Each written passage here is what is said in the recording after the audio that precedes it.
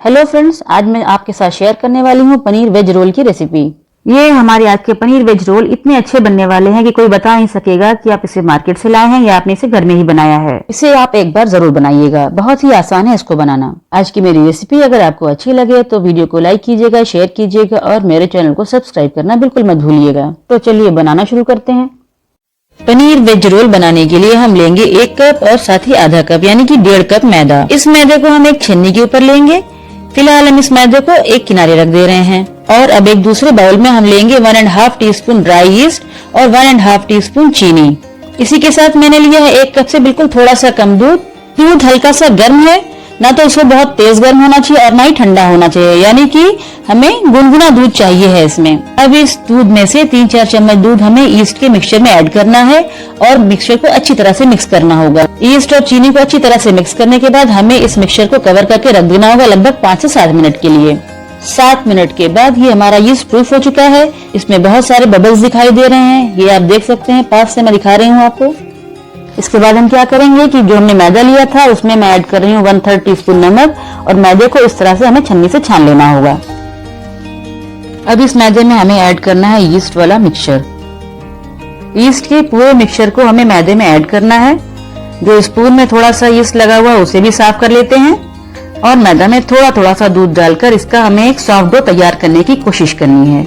शुरुआत में मैदा हाथों से बहुत ज्यादा चिपकने लगेगा, लेकिन इससे परेशान होने की जरूरत नहीं है। और ये देखिए 1-2 टीस्पून दूध बच गया है मेरे पास। इसी बीच में 2 बड़े चम्मच वेजिटेबल ऑयल के इसमें ऐड कर दे रही हूँ। आप कोई सा भी वेजिटेबल ऑयल या ऑलिव ऑयल या बटर इसमें यूज कर सकते हैं और इस तरह से मैदा को हमें पटक पटक कर गूंदना है। कम से कम 10 मिनट तक इसको पटक पटक कर गूंदने के बाद हम देखेंगे कि मैदा बिल्कुल से फ्लेक्सिबल हो गया है, बिल्कुल से चिकना हो गया है।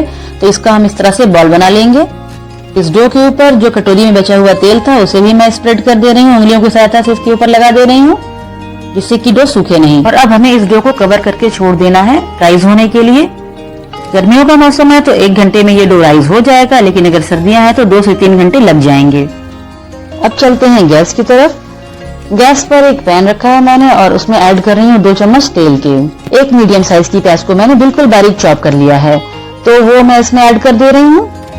हल्का सा सौते करना है हमें इस प्याज को। हमें बिल्कुल भी गोल्डन या ब्राउन नहीं करना है इस प्याज को। प्याज का क्रंच बिल्कुल बना रहना चाहिए। और इसके साथ मैं इसमें ऐड कर रही हूँ एक बारीक कटी हुई हरी मिर्च। अब हमें इसमें ऐड करनी है कुछ सब्जियां। इसमें मैं बारीक कटी हुई शिमला मिर्च ऐड कर दे रही हूँ 2 बड़े चम्मच। 1-2 बार इसे सौते करेंगे। एक मीडियम साइज के टमाटर के मैंने बीज निकाल लिए हैं, उनको बारीक चॉप करके मैंने ऐड कर दिया है इसमें। और 2 चम्मच स्वीट कॉर्न के दाने लिए हैं मैंने, इसको भी मैं इनमें ऐड कर दे रही हूँ। इन सब्जियों को हमें बहुत ज्यादा नहीं पकाना है, बस हमें इतना पकाना है कि सब्जियां हल्की सी पक जाएं और इनका क्रंच भी बना रहे। इसीलिए ये सारी कुकिंग हमें हाई फ्लेम पर करना है। यहाँ पर ये आप देख सकते हैं कि हमारी स्टफिंग कितनी कलरफुल है। इसीलिए जो रोल हम बनाने वाले हैं ना, वो भी बहुत ही हेल्दी होने वाला है। और इसमें आप अपनी पसंद से कोई भी सब्जियां ऐड कर सकते हैं या जो सब्जी आपको पसंद ना हो उसे ना डालें। अब इसमें ऐड करेंगे मिक्स्ड हर्ब्स या ऑरिगेनो। आधा टीस्पून ले रही हूँ मैं और आधा टीस्पून ही लेंगे रेड चिली फ्लेक्स, या इसकी जगह पर लाल मिर्च का पाउडर भी ले सकते हैं। साथ ही ऐड करेंगे इसमें काली मिर्चों का पाउडर 1/4 टीस्पून ऐड किया है मैंने। अब जब पनीर वेज रोल बन रहा है तो पनीर तो जाएगा ही, तो जितनी आपकी मर्जी हो उतना पनीर आप इसमें ऐड कर दीजिएगा। बस इस बात का ध्यान रखिएगा कि पनीर के क्यूब बिल्कुल छोटे छोटे काटिएगा। मैंने आधा कप के आसपास पनीर के टुकड़े लिए हैं। और अब इसमें जाएंगे 2 बड़े चम्मच टोमेटो सॉस के और 1 बड़ा चम्मच ग्रीन चिली सॉस। फ्लेम को हाई रखते हुए हमें इन सबको बहुत ही अच्छे से मिलाना है। मैं इसमें नमक नहीं ऐड कर रही हूँ क्योंकि सॉसेज में नमक है, और अगर आपको लगता है कि नमक कम है तो आप अपने हिसाब से ऐड कर लीजिएगा। स्टफिंग को एक बाउल में ट्रांसफर कर लेंगे जिससे ये जल्दी से ठंडी हो जाए। इस तरह से ये हमारी स्टफिंग तैयार हो गई है। आइए अब हम अपना डो देख लेते हैं। डो को रेस्ट करते हुए 1 घंटा हो चुका है। डो बहुत ही अच्छी तरह से राइज हो गया है, इसका साइज फूलकर डबल हो गया है। अब मैं स्लैब पर सूखा मैदा डस्ट कर ले रही हूँ और इस तरह से अपने डो को उठाकर इस पर में रखना है और इसको हल्का हल्का सा पंच करना है। डो को पंच करने से ये होगा कि जो डो में एयर भर गई है वो निकल जाएगी। और उसके बाद हम हाथों की मदद से डो को एक लंबे शेप में बना लेंगे। इस तरह से जरूरत के हिसाब से सूखा मैदा भी डस्ट करते जाएंगे और इस तरह से हाथों की मदद से इसे लंबा कर लेते हैं। हमें डो को 6 इक्वल पोर्शंस में डिवाइड करना है, तो इसके लिए मैंने एक चाकू का यूज किया हुआ है। चाकू की मदद से मैं इसके 6 इक्वल पोर्शंस कट कर ले रही हूँ। एक पार्ट मैंने लिया है इसका और इसके किनारों को अंदर करते हुए हमें इसका पेड़ा बना लेना है। इस तरह से देखिए किनारों को हम बिल्कुल अंदर कर देंगे और एक पेड़ा हमारा तैयार है। इस तरह से हम सारे पेड़े तैयार कर लेंगे। इन पेड़ों में से अब एक पेड़ा ले लेते हैं और अब इस पेड़े को हमें रोल करना है। सूखे मैदे की मदद से हम इस पेड़े को रोल करेंगे।